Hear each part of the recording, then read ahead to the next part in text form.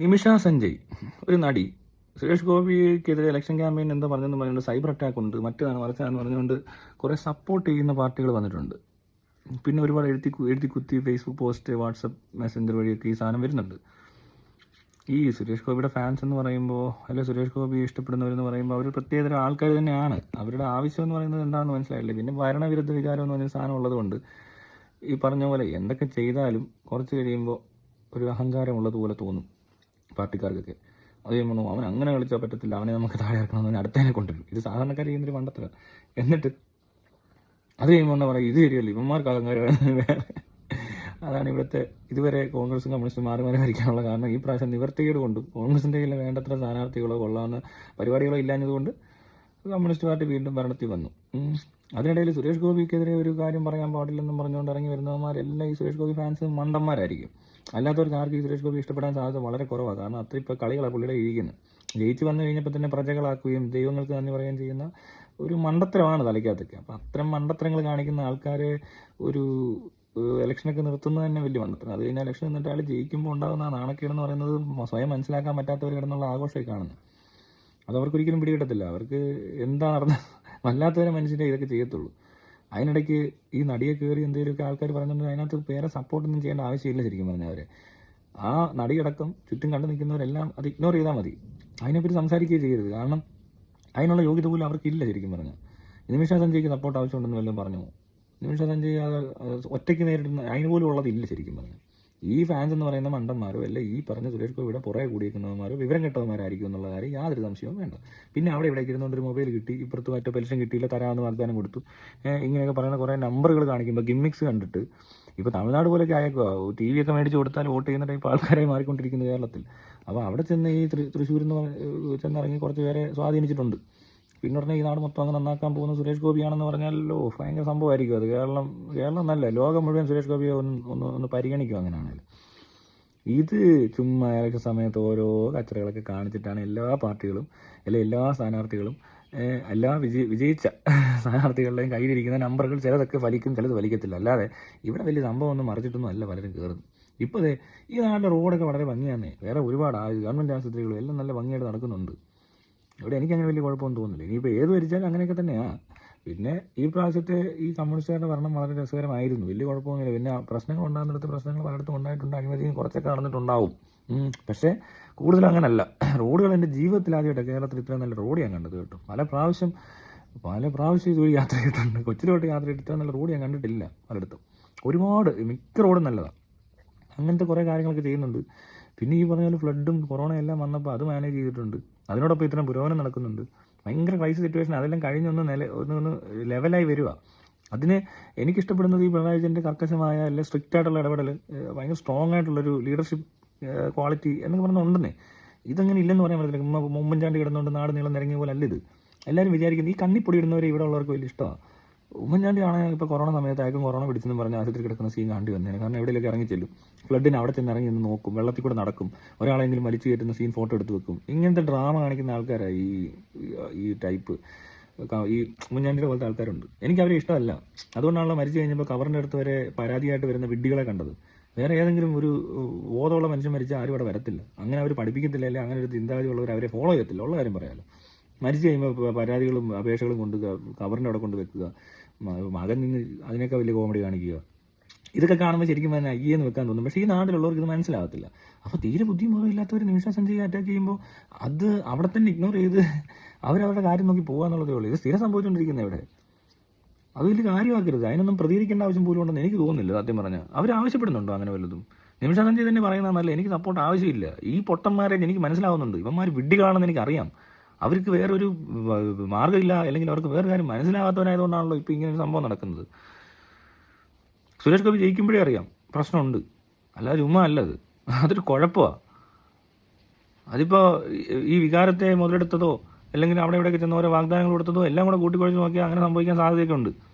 എനിക്കൊരു താല്പര്യമില്ല നിങ്ങൾ ജയിക്കണമെന്നൊന്നും. കാരണം അതിനുള്ള ക്വാളിറ്റി ഒന്നും ഈ പറഞ്ഞ മനുഷ്യനില്ല. ഇവിടെ ക്വാളിറ്റി ഇല്ലാത്ത ഒത്തിരി പേരുണ്ട്. വിവരമില്ലാത്തവരുണ്ട്, വിദ്യാഭ്യാസം ഇല്ലാത്തവരുണ്ട്, വെളിവില്ലാത്തവരുണ്ട്. പക്ഷേ ഇതിനകത്ത് ഈ സുരേഷ് ഗോപിക്ക് ശരിയാണ്, കുറച്ച് വിദ്യാഭ്യാസമുണ്ട്, സംസാരിക്കുമ്പോൾ കുറച്ച് ഇംഗ്ലീഷ് വാക്കുകളൊക്കെ ഉപയോഗിക്കുന്ന, അല്ലാതെ വേണ്ട ഈ പറഞ്ഞ പോലെ ഇങ്ങനത്തെ ഒരു പദവിയിലിരുന്നൊന്നും ചെയ്യാനുള്ള ഭയങ്കരമായ ക്വാളിറ്റി ഉണ്ടോ എന്ന് വെച്ചാൽ അതില്ല. ബാക്കിയുള്ള കാൻഡിഡേറ്റ്സിനും ഇല്ല, അല്ലെങ്കിൽ ഇവിടുത്തെ പല മന്ത്രിമാർക്കും ഇല്ലാത്ത പോലെ തന്നെ ഉള്ളൂ അതും. പിന്നെ വെളിവുണ്ടോ എന്ന് ചോദിച്ചാൽ വെളിവുകേട് കാണിക്കുന്നുണ്ട്. ആ വെളിവുകേട് കാണിക്കുന്ന ഒത്തിരി ആൾക്കാർ വേറെ ഉണ്ട്. ഇവർ വ്യത്യാസമൊന്നുമില്ല ഇവരൊന്നും തമ്മിൽ. പിന്നെ ഈ പറഞ്ഞ പോലെ എന്തെങ്കിലും ചെയ്യുമോ, കാണിക്കുമോ, ഒലത്തോ എന്ന് ചോദിച്ചാൽ എന്തൊലത്താൻ? ഇവിടെ അങ്ങനെ ഒലത്താനും വേണ്ടി വലിയ സംഭവങ്ങളൊന്നും ഇല്ല. അത്ര ഭയങ്കര പ്രശ്നങ്ങളൊന്നും ഇല്ല. പെൻഷനൊക്കെ ഡിലേ ആവുന്നതിനുള്ള കാരണങ്ങൾ പലതാണ്. അതിനെക്കുറിച്ച് മുഴുവൻ പഠിച്ച് അറിഞ്ഞു വന്ന് ഒരു റിപ്പോർട്ട് ഉണ്ടാക്കി പറഞ്ഞൊന്നുമല്ല സുരേഷ് ഗോപി. അത് കൊള്ളാം. അങ്ങനെ വല്ല ധാരണ ഈ പറഞ്ഞ അവിടുത്തെ വോട്ടേഴ്സിനുണ്ടോ?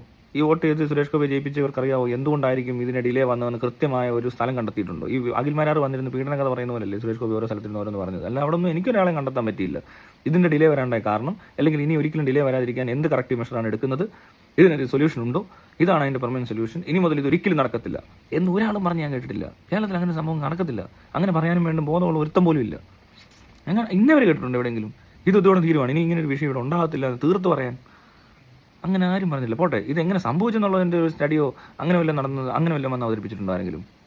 എല്ലാം ഈ മറ്റേ ഒരുമാതിരി കലക്കിയുള്ളൊരു പരിപാടി, മനസ്സിലായില്ലേ? ചുമ്മാ കലക്കി വളർത്തി മീൻ പിടിക്കുക എന്നുള്ള പരിപാടിയൊക്കെ ഇതുവരെ ഇവിടെ ഉള്ളവർക്ക് മനസ്സിലായിട്ടുള്ളൂ. അതിനപ്പുറത്തോട്ടൊന്നും ചെയ്യാനുള്ള വിദ്യാഭ്യാസമോ അല്ലെങ്കിൽ അതിനുള്ള ചിന്താഗതിയോ അല്ലെങ്കിൽ അതിനനുസരിച്ചുള്ള പുരോഗമനം കണ്ടാൽ വേറെ രാജ്യങ്ങളിൽ പോയി കറങ്ങിയിട്ട് പോലും അത് മനസ്സിലാക്കാതെ തിരിച്ച് വന്നിട്ട് പോയ ആൾക്കാരാണ് ഇവരൊക്കെ. മനസ്സിലായി? ഇവർ സംസാരിക്കുന്ന കേട്ടാൽ അറിയാം, ഇവർ ഓരോന്ന് പറയുന്ന കേട്ടാൽ അറിയാം. ഇവർക്ക് ഇതിനെ പലതിനെ പറ്റി ധാരണകളില്ല, ഇവർക്ക് ചെയ്യാൻ അറിയത്തില്ല. ഞാൻ പല കാര്യങ്ങളും ഇങ്ങനെ ആലോചിക്കുമ്പോൾ ഇങ്ങനെ പലതും ഇങ്ങനെ ഇപ്പോൾ ഒരു രാജ്യത്ത് പോയിട്ട് തിരിച്ച് വന്നിപ്പോൾ സന്തോഷ് ജോർജ് കുളങ്ങരയെ പൊക്കി എടുത്തുകൊണ്ട് നടപ്പുണ്ട് ഇവിടെ കുറേ പേര്. സന്തോഷ് ജോർജ് കുളങ്ങരയ്ക്ക് ലോകം കണ്ടവനാണെന്നൊക്കെ പറയുന്നത്. എന്നിട്ട് അയാളുടെ സ്ഥാപനത്തിൽ ജോലി ചെയ്യുന്നവരോട് ചോദിക്കണം അയാൾ എങ്ങനെ ഉണ്ടെന്ന്. ലോകം കണ്ടവൻ്റെ പെരുമാറ്റമാണോ അയാളുടെ പെരുമാറ്റം? ഞാനത് വളരെ വൈകിയാണ് അറിഞ്ഞത്. ആദ്യം ഞാൻ ഓർത്ത് ഇയാൾ വല്ലതും അറിയുമോ, ഇനി പറയുന്നതിനകത്തൊക്കെ തള്ളുണ്ടെന്ന് കേട്ടപ്പോൾ തോന്നിയിട്ടുണ്ട്. പക്ഷേ ഇമാതിരി നമ്പറാണ് മൊത്തം. അയാൾ എന്തോ ചെയ്തതെന്ന് ചോദിച്ചാൽ എനിക്കറിയത്തില്ല അയാൾ എന്തോ ചെയ്തതെന്ന്. അയാൾ എന്തോ കാണിച്ച് ഇത്ര വലിയ എന്തോ ടൂർ പാക്കേജിൽ ബസ്സിൽ കയറിയിരുന്നോ അല്ലെങ്കിൽ അവിടെ ഇവിടെ നടന്ന് വീഡിയോ എടുത്തുകൊണ്ട് വന്നാൽ അയാൾ ലോകം കണ്ട ആളാവത്തില്ല. ഒരു രാജ്യത്ത് കുറേ വർഷങ്ങൾ നിന്നാൽ പോലും ചിലപ്പോൾ ചില കാര്യങ്ങൾ മനസ്സിലാകത്തില്ല.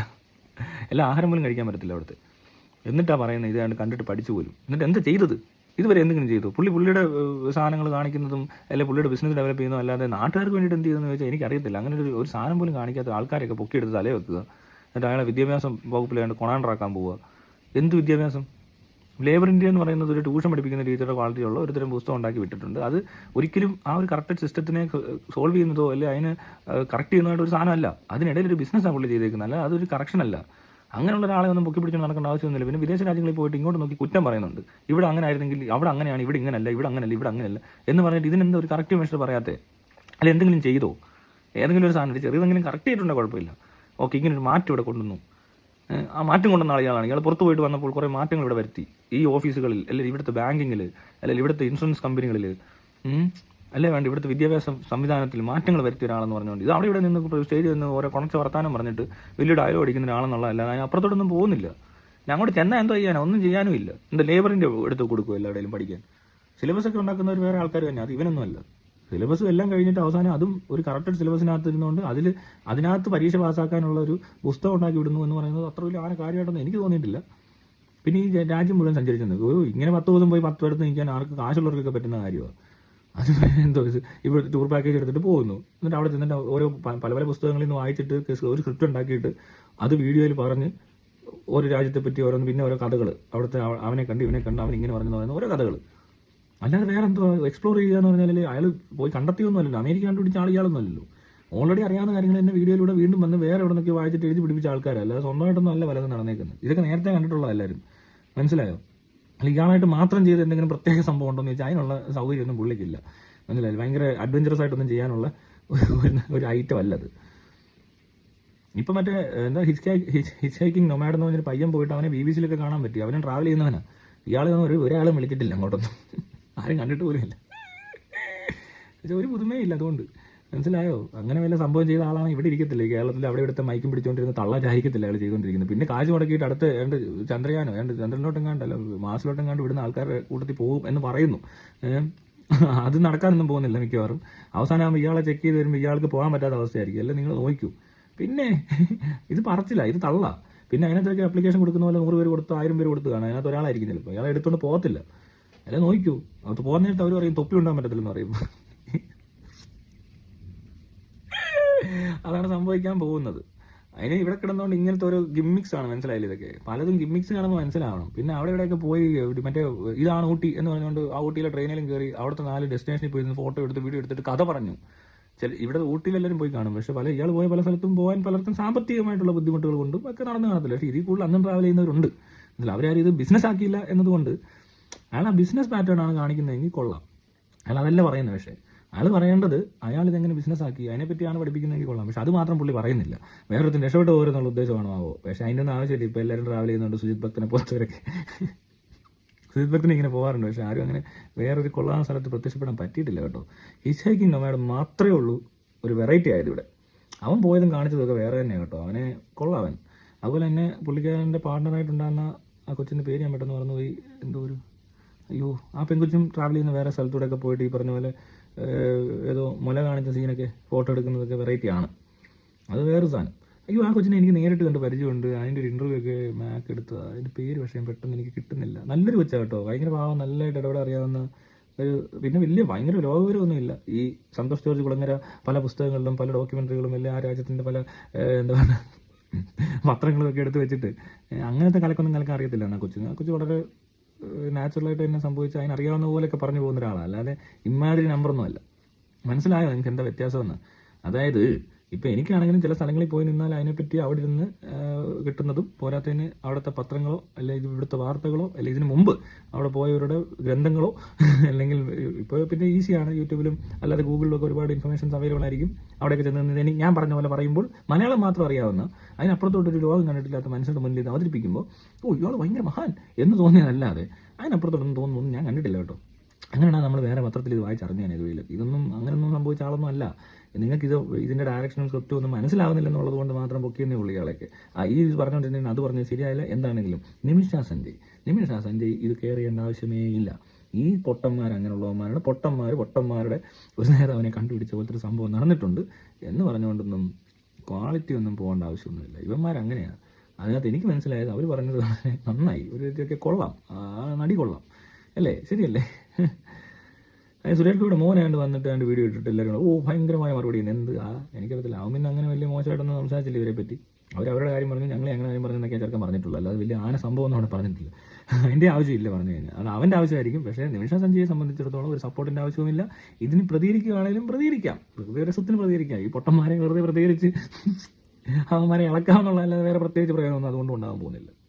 കാരണം മണ്ടന്മാരാ ഈ രാജാവിനെ ആ കോമാളി വേഷം കെട്ടി വന്നത് കണ്ടില്ലേ? ഇങ്ങനത്തെ കോമാളി വേഷമൊക്കെ കെട്ടി നടക്കുന്ന ആൾക്കാരെ കാണുമ്പോഴേ ഫാൻസി ഡ്രസ്സുകാരെയൊക്കെ ഇങ്ങനെ ജീവിതത്തിൽ ഫാൻസി ഡ്രസ്സ് കിട്ടുക എന്ന് പറഞ്ഞാൽ അതൊരു ഗതികെട്ടവൻ്റെ പണിയാണ്. അത്രയും ഗതികേടുള്ള ആൾക്കാരെയൊക്കെ പിടിച്ച് വലിയ സംഭവമാക്കി തലയിൽ വെച്ചിട്ടുണ്ടല്ലോ. അയ്യോ, അത് ഭയങ്കര ഗതികേട് തന്നെയാണ്. ഗതികേടെന്ന് പറയുന്നത് ഇതാ, ഒരാളുടെ ഗതികേടാണ് വേഷം കെട്ട്.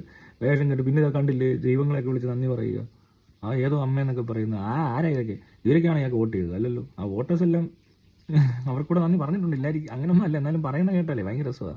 ഇത്തിരി അന്ധവിശ്വാസികളായ മനുഷ്യരെയൊക്കെ പിടിച്ച് പാർലമെന്റിലേക്കൊക്കെ വിടുന്ന രാജ്യം വേറെ ഇല്ല. മനസ്സിലായില്ലേ? ഇങ്ങനത്തെ മണ്ടത്തരം പറഞ്ഞു നടന്ന പലയിടത്തും ഇവരെയൊക്കെ ഏത് ടൈപ്പ് സിറ്റിസണായിട്ട് കൺസിഡർ ചെയ്യുമെന്ന് എനിക്കറിയത്തില്ല. എങ്കിൽ പോലും അത്രേ ഉള്ളൂ ആള്. മനസ്സിലായോ? വേറെ ഒരു രാജ്യത്തും ഒരു നാട്ടിലും പോയി പറയാൻ കൊള്ളാത്ത കാര്യം ഇവിടുത്തെ മണ്ടന്മാരെ പറ്റിക്കാൻ വേണ്ടി അത് ഉപയോഗിച്ചു എന്നുള്ളത് ശരിയാണ്. ആ ഉപയോഗിച്ചതിനകത്ത് അവർക്ക് വിജയം കിട്ടിയിട്ടുണ്ട്. അതിൽ കൂടുതലൊന്നും സംഭവിച്ചിട്ടില്ല, അത്രേ സംഭവിച്ചിട്ടുള്ളൂ. ഇമാതിരി മണ്ടത്തിലൊക്കെ പറഞ്ഞു നടക്കുന്നവർക്ക് വേറെ എവിടെയൊക്കെ സ്ഥാനം ഉണ്ടെന്നോ അല്ലെ വേറെ എവിടുത്തെ ആൾക്കാർ അവരെ റെസ്പെക്ട് ചെയ്യുമെന്ന് എനിക്കറിയത്തില്ല. എന്തായാലും ഈ ഇട്ടാവട്ടം കേരളത്തിനകത്തും ഈ ഉടായ്പ കാണിച്ച് നടക്കുന്നവരുടെ ഇടയിൽ വേറൊരാൾ, അത് മതവും ജാതിയൊക്കെ പറഞ്ഞ് നടക്കുന്നൊരു മനുഷ്യൻ രാജാവായി വന്നേക്കുക, ചെങ്കോലും കിരീടമൊക്കെ. അതുപോലത്തെ മണ്ടന്മാരുടെ രാജാവാണ് ഇവരൊക്കെ. അയ്യോ, അതിനെന്തിനാ നിമിഷ സഞ്ജയ് ചിലപ്പോൾ ഇതിനപ്പുറത്ത് കാര്യങ്ങൾ മനസ്സിലാക്കി അറിയുകയും ചെയ്തുകൊണ്ടായിരിക്കുമല്ലോ ഇതിനൊക്കെ എതിർത്ത് സംസാരിക്കുന്നത്. അതിനാരുടെ അംഗീകാരമൊന്നും ആവശ്യമില്ല.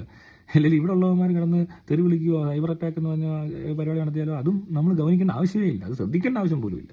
അതാണ് എനിക്ക് പറയാം.